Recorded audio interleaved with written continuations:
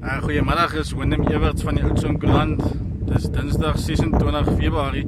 Ek is hier op volmoed by Jaco Mulder se plaas, waar een van die plaashuisies uitgebrand het. Kom ons gaan in hierso, hier waar die kolle nog so lewendig smeel.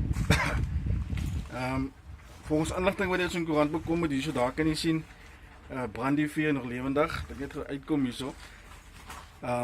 Volgens inligting wat die Oudtshoorn Koerant bekom het, was die brandweer reeds op die toneel geweest, maar hulle het net gou gaan volmaak, hulle water gaan volmaak sodat hulle die brand verder kan blus.